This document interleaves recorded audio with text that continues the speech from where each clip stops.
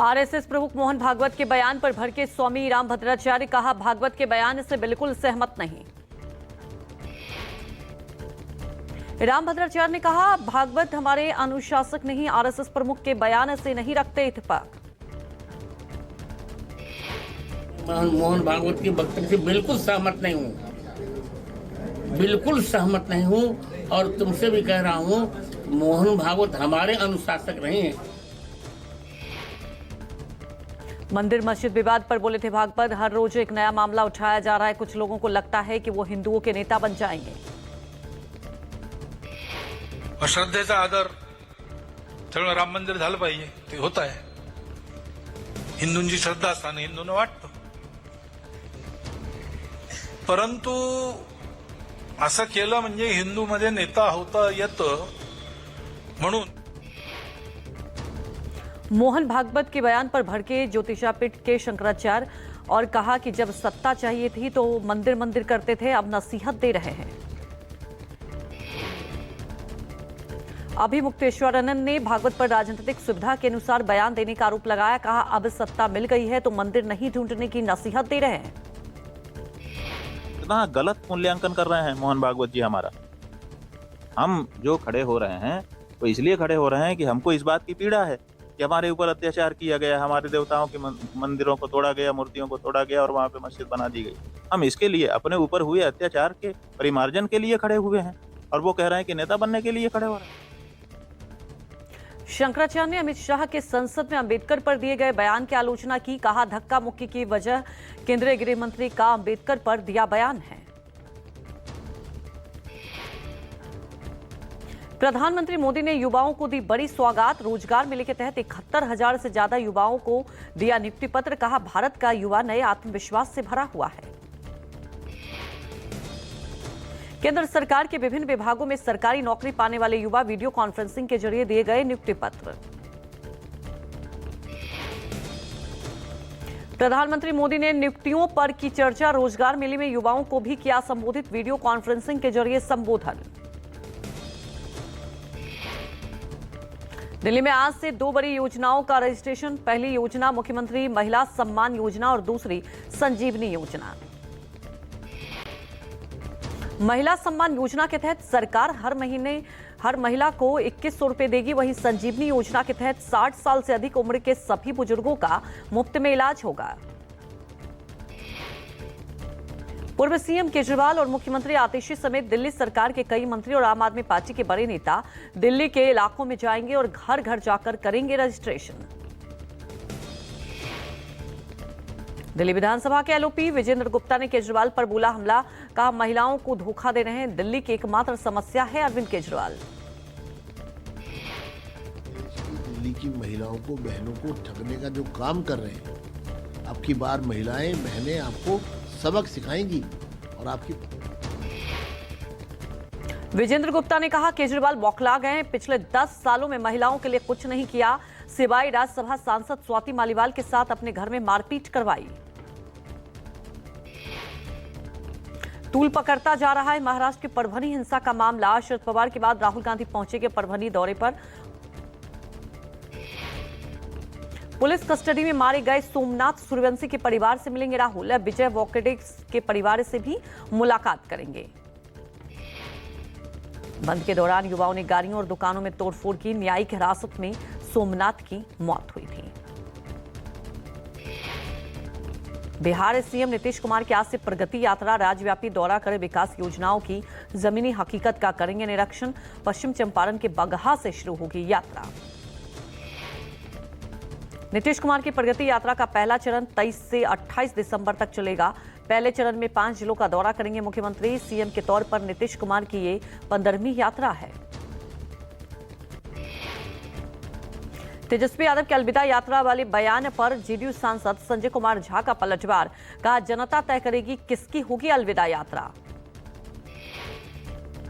तेजस्वी के बयान पर केंद्रीय मंत्री ललन सिंह का पलटवार, कहा वो अपना देखें, अपने माता पिता को अलविदा करने के चक्कर में लगे हुए हैं, इसलिए जड़ जमा कर बैठे हुए हैं।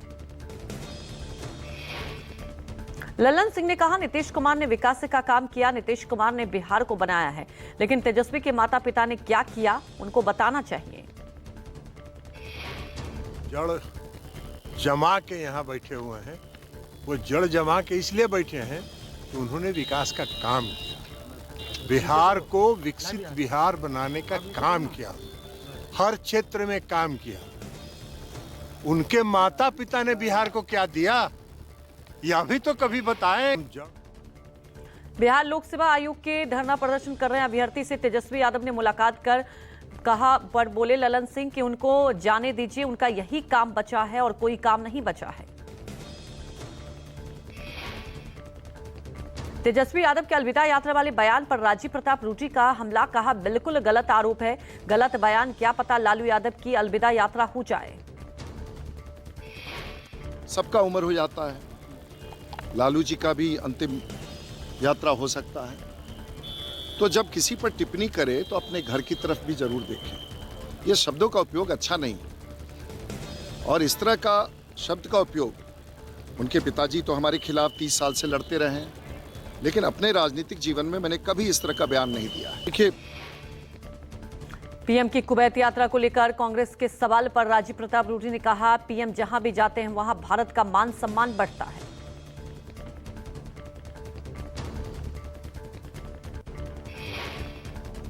आरजेडी सुप्रीमो लालू प्रसाद यादव की फिर बढ़ सकती है मुश्किलें, लैंड फॉर जॉब मामले में आज होगी सुनवाई। 30 नवंबर को होने वाली टल गई थी सुनवाई, दिल्ली के राउज एवेन्यू कोर्ट में सुनवाई होगी।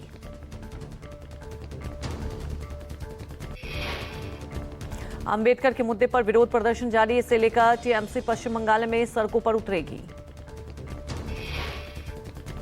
अंबेडकर को लेकर बीजेपी के खिलाफ टीएमसी का राज्यव्यापी प्रदर्शन, टीएमसी ने बीजेपी पर दलितों के अपमान का आरोप लगाया। ममता बनर्जी का कहना है कि ये सिर्फ बाबा साहिब का अपमान नहीं बल्कि हमारे संविधान की रीढ़ पर हमला है।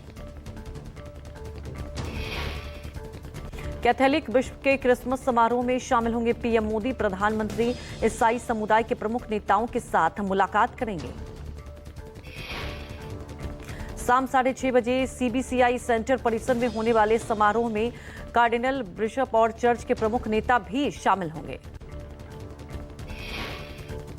धक्का मुक्की में घायल दोनों सांसदों को आरएमएल अस्पताल से मिली है छुट्टी, प्रताप सारंगी और मुकेश राजपूत को छुट्टी मिली। संसद परिसर में धक्का मुक्की का मामला, आज घायल दोनों बीजेपी सांसदों का बयान दर्ज कर सकती है क्राइम ब्रांच। बीजेपी सांसद प्रताप सारंगी और मुकेश राजपूत हुए थे घायल, बीजेपी नेताओं की ओर से की गई थी शिकायत।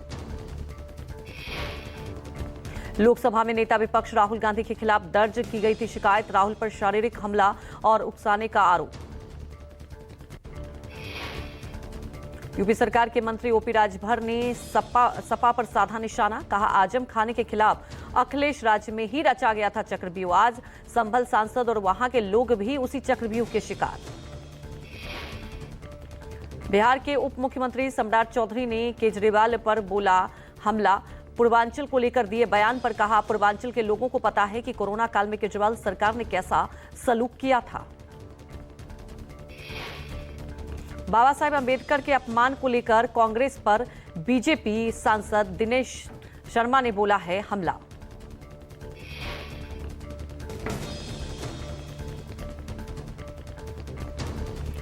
उसे लेकर लगातार पलटवार किया जा रहा है और साफ तौर पर कहा गया है कि ये कहीं ना कहीं साजिश रची गई।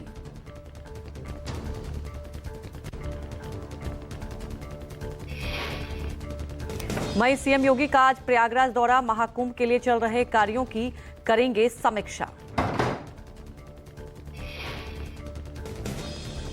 यूपी में 15 आईपीएस का तबादला, 9 जिलों के बदले गए हैं एसपी।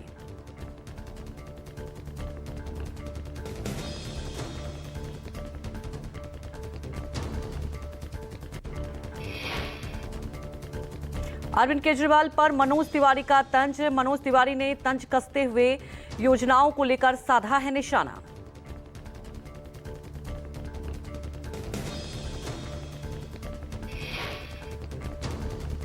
प्रियंका गांधी की बढ़ सकती है मुश्किलें,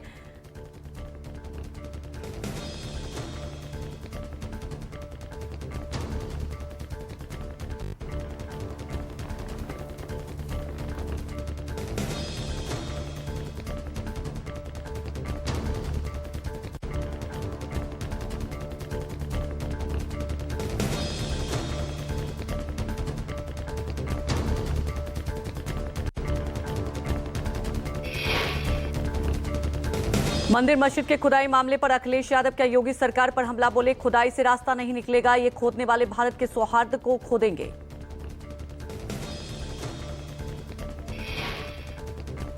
त्रिपुरा में गृहमंत्री अमित शाह ने विपक्ष पर साधा निशाना, कहा 35 सालों तक सत्ता में रहने के बावजूद यहां ब्रू रियांग समुदाय के लोग बहुत प्रतिकूल परिस्थितियों में रहने पर मजबूर। केंद्रीय मंत्री राजीव रंजन सिंह ने संसद परिसर में हुई धक्का मुक्की के लिए राहुल गांधी को ठहराया जिम्मेदार, कहा टकराव की नीयत से कांग्रेस नेता जबरन हमारे प्रदर्शन के बीच घुसने की कोशिश कर रहे थे। राजस्थान की पूर्व मुख्यमंत्री वसुंधरा राजे के काफिले में शामिल पुलिस जीप पलटी, 7 पुलिसकर्मी घायल। दौरे के दौरान एक बाइक सवार को बचाने के चक्कर में हुआ हादसा।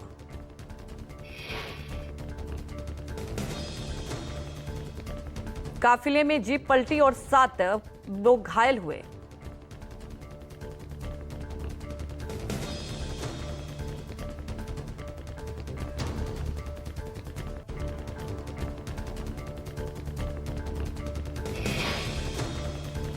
अल्लू अर्जुन के घर पर हुआ हमला, फेंके गए टमाटर और गमलों को भी तोड़ा गया।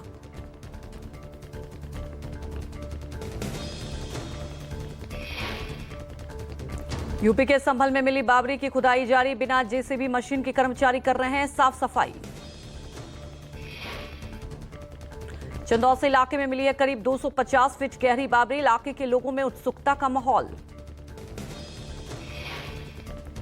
ऐतिहासिक और सांस्कृतिक महत्व को माना जा रहा है संरचना, खुदाई में कई चौंकाने वाले खुलासे, 3 मंजिला का है ये बाबरी।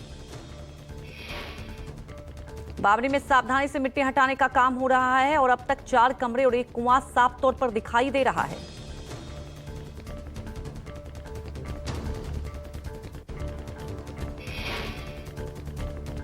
संभल और अलीगढ़ के बाद अब बुलंदशहर के खुर्जा में मिला 50 साल पुराना मंदिर, 1990 से पड़ा है वीरान, दंगों के बाद से बंद पड़ा है मंदिर।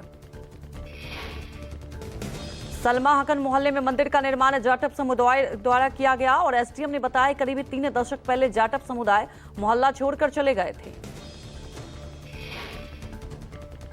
हिंदू संगठन ने प्रशासन से मंदिर का जीर्णोद्धार कराने की अपील की ताकि मंदिर में दोबारा से पूजा पाठ किया जा सके।